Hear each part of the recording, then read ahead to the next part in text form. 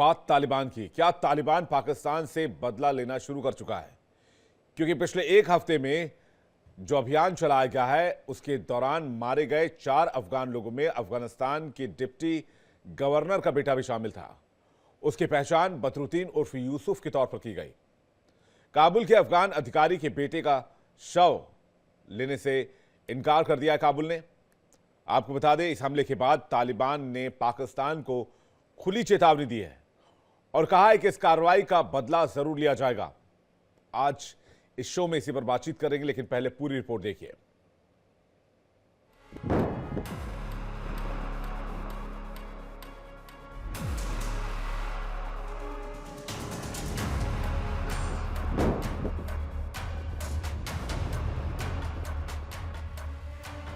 अब पाकिस्तान की खैर नहीं, अब पाकिस्तान की नींद हराम होने वाली है।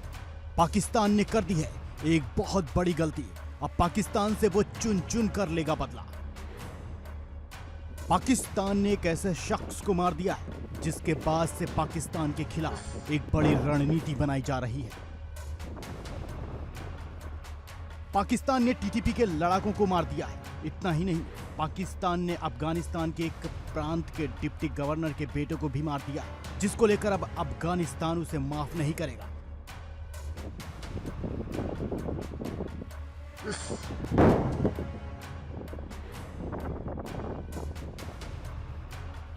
पाकिस्तान को तबाह करने का पूरा प्लान अफगानिस्तान ने बना लिया है। पाकिस्तान के एक एक एक्टिविटी पर अफगानिस्तान की पैनी नजर है। टीटीपी के लड़ाके पाकिस्तान को नेस्तनाबूद करने के लिए लगातार अलग अलग तरह से प्लान कर रहे हैं। तालिबान ने साफ कर दिया है कि अब पाकिस्तान की खैर नहीं। पाकिस्तान के अंदर घुसकर भी तालिबान उसको तबाह करने का योजनाबद्ध तरीके से रणनीति करने में लगा है।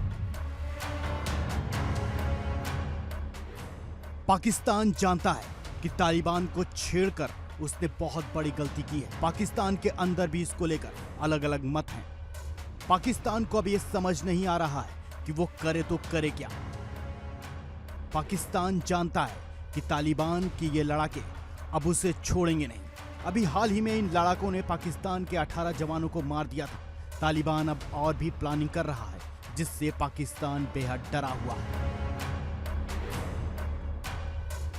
Bureau report, India daily. 31 दिन में अगर ओवरऑल देखें, जो आतंकी हमलों की रिपोर्ट पाकिस्तान से आई है जाफरी साहब, 31 दिन में 74 आतंकवादी हमले, 245 लोगों की मौत। ये सिर्फ जनवरी की में पाकिस्तान की रिपोर्ट कार्ड है। आतंकी हमलों से पूरा आवाम परेशान है। लेकिन जो खबर अभी हमने दर्शकों को दिखाई, उसमें काबुल और इस्लामाबाद के बीच टेंशन कैसे बढ़ती जा रही है, ये और बात पता चलती है। और इससे मुझे लगता है कि तालिबान जो है वो अपने इरादे बदलेगा नहीं, वो और हमले तेज करेगा। जाफरी साहब, Assalamu alaikum. Thank you so much for having me once again, Vivek. It's always a pleasure being on your program.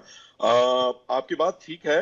ये जो बदगीस प्रोविंस है अफगानिस्तान का, उसके डेप्यूटी गवर्नर के बेटे थे ये बदरुद्दीन उर्फ यूसुफ। और पाकिस्तान के अंदर मैं आपको इसका थोड़ा सा एक short cut to cut background समझा दूं। पाकिस्तान ने जब से एक इंटरनल पॉलिसी का ऐलान किया और उसने ये फैसला किया कि हम लोग अपनी इकोनॉमी के ऊपर, हम लोग अपनी इंटरनल चीजों को बूस्ट करने के ऊपर जो है वो ज्यादा तवज्जो देंगे। और पाकिस्तान के, आपको ये जान के खुशी होगी, जैसे कि भारत भी चाहता है एक स्टेबल पाकिस्तान, इकोनॉमिकली और सोशली और पॉलिटिकली, तो हम लोगों की inflation is down into single digits. हमारी सीपीआई इन्फ्लेशन इज डाउन, हमारी फूड इन्फ्लेशन इज डाउन।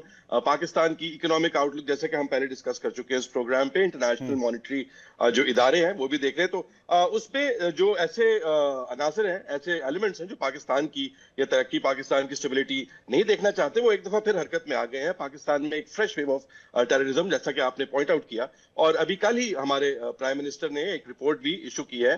वो गए हुए थे बलोचिस्तान, जहां पर 200 से ज्यादा पाकिस्तानी जो है वो शहीद हुए हैं इस सारे में। उसी जगह 200 टेररिस्ट भी पाकिस्तान ने करीबन जो है वो मार गिराए हैं।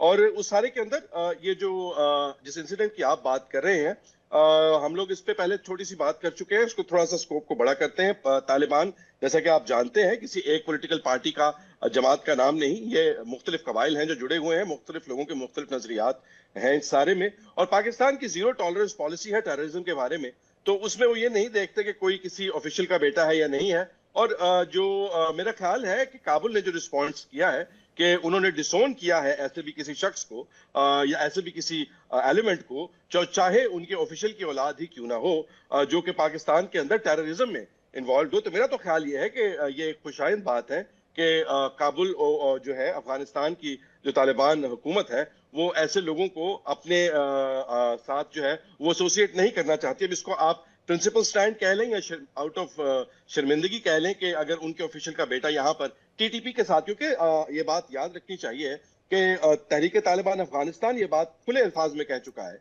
कि उसका तहरीक तालिबान पाकिस्तान के साथ कोई ताल्लुक नहीं है और वो किसी तरह से उसको एड और अबेट नहीं करता। तो जब इस तरह की चीजें होती हैं तो अफगान हुकूमत और काबुल हुकूमत का जो बयानिया जी। है, उनका जो नैरेटिव है, उसके ऊपर आंच आती है। तो शायद इस वजह से उन्होंने ये लाश वापस लेने से इनकार किया। नहीं, लेकिन आप कह रहे हैं कि भाई उन्होंने लेने से इनकार कर दिया, वो कह रहे हैं कि आप लोगों ने मारा है। ये आप कह रहे हैं टेररिज्म मारा है। तो हमने है, जी। ये पाकिस्तान ऑन करता है। हाँ जी, डीआई खान में ऑपरेशन हुआ जी। ये पाकिस्तान का सदर्न पंजाब का हिस्सा बनता है। आप ये कह लीजिए प्लेनर एरिया है और वहां पर पाकिस्तान को मुश्किलात हो रही थी, क्योंकि ये आज से कुछ 6-7 साल पहले से ही हमें इंफॉर्मेशन इंटेलिजेंस इदारे दे रहे थे कि वहां पर जो है बॉर्डर से निकलकर तालिबान का गठजोड़ जो है आप TTP ये का कह रहे हैं हो कि रहा है। टीटीपी और तालिबान मिलकर ऑपरेशंस कर रहे हैं। मैं ये कह रहा हूं कि टीटीपी और के अंदर जो है किसी एक फैक्शन ऑफ तालिबान का या कोई एक नौजवान जो है वो उनकी नजरियात या उनकी सिखाई बूझ में आकर इस लड़ाई का, इस दहशतगर्दी का हिस्सा बना। और अफगान और काबुल हुकूमत जो है वो इसके ऊपर जो है वो इसके अंदर शर्मिंदा है कि उन्होंने अपना ही जो सबूत है उसको वापस लेने से इनकार किया है। और उन्होंने इस बात को, क्योंकि पूरी दुनिया के ऊपर तालिबान की हुकूमत के ऊपर पहली बात ये कही गई थी कि आपको अपने आप को लेजिटिमाइज करने के लिए ये इंतहाई जरूरी है कि आपकी सरजमीन से किसी और मुल्क के अंदर जो है किसी भी किस्म की दहशतगर्दी एक्सपोर्ट ना हो। तो अब तालिबान का जो अपना स्टांस है, तालिबान अफगान तालिबान हुकूमत का, वो इससे बहुत बुरी तरह से डैमेज होता है। और ये जिसने भी इस सारी सिचुएशन को देखा, मेरा ख्याल है एक वाइज डिसीजन है उसका उनकी जाती जिंदगी के ऊपर। जो उनके वालिद हैं गुलाम साहब, मौलवी गुलाम साहब, उनके ऊपर क्या असर पड़ता है ये तो बात को देखा जाएगा।